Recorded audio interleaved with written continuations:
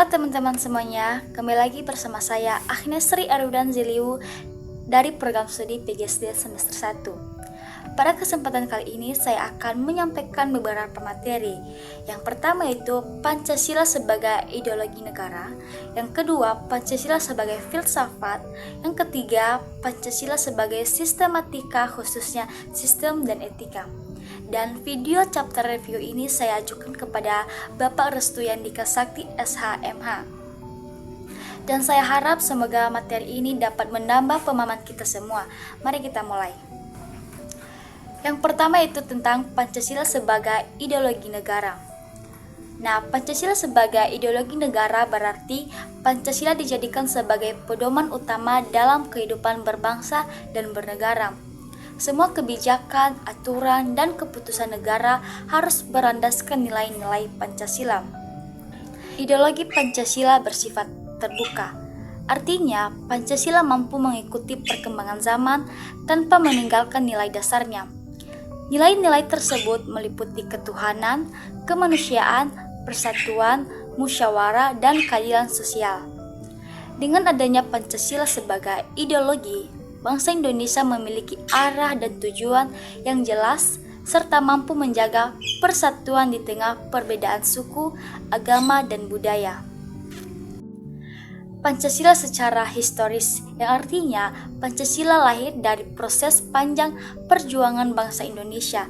Nilai-nilai Pancasila digali dari kepribadian, budaya, adat istiadat, dan pengalaman sejarah bangsa Indonesia sejak masa sebelum kemerdekaan.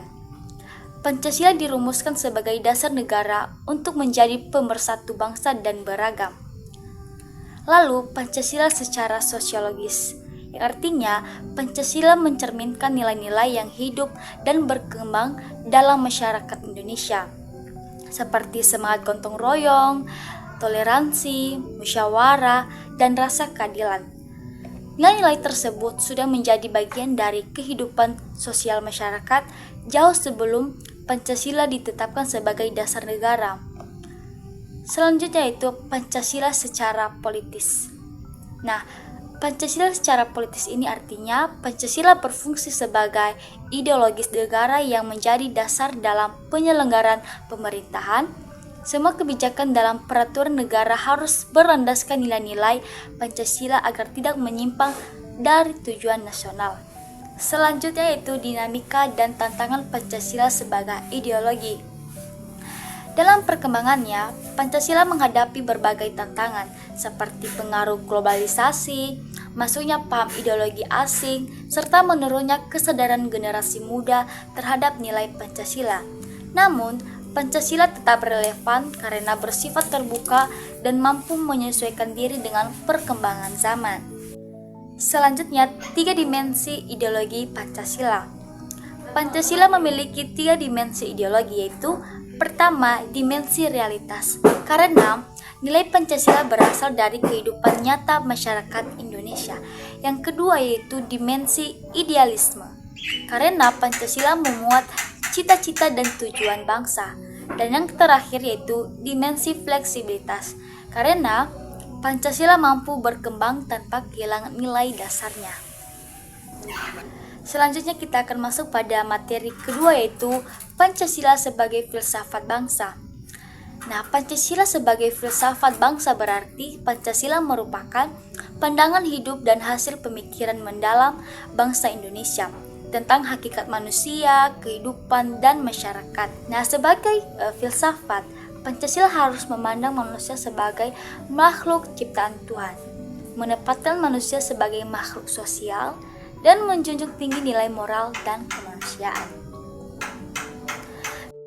Kelima sila Pancasila saling berkaitan dan membentuk satu kesatuan yang utuh, sehingga tidak dapat dipisahkan satu sama lain. Nilai-nilai filsafat Pancasila menjadi dasar cara berpikir, bersikap, dan bertindak bangsa Indonesia. Sekarang kita masuk pada materi yang ketiga yaitu Pancasila sebagai sistematika khusus sistem dan etika. Pancasila sebagai sistem etika berarti Pancasila dijadikan sebagai pedoman moral dan perilaku dalam kehidupan berbangsa, bermasyarakat, dan bernegara. Adapun nilai-nilai etika dalam setiap sila, yaitu sila pertama, ketuhanan yang Maha Esa, di mana terkandung etika beriman, toleransi, dan menghormati perbedaan agama. Sila yang kedua yaitu kemanusiaan yang adil dan beradab, yang terkandung etika menghargai martabat manusia. Sila ketiga yaitu persatuan Indonesia, yaitu etika cinta tanah air dan menjaga persatuan.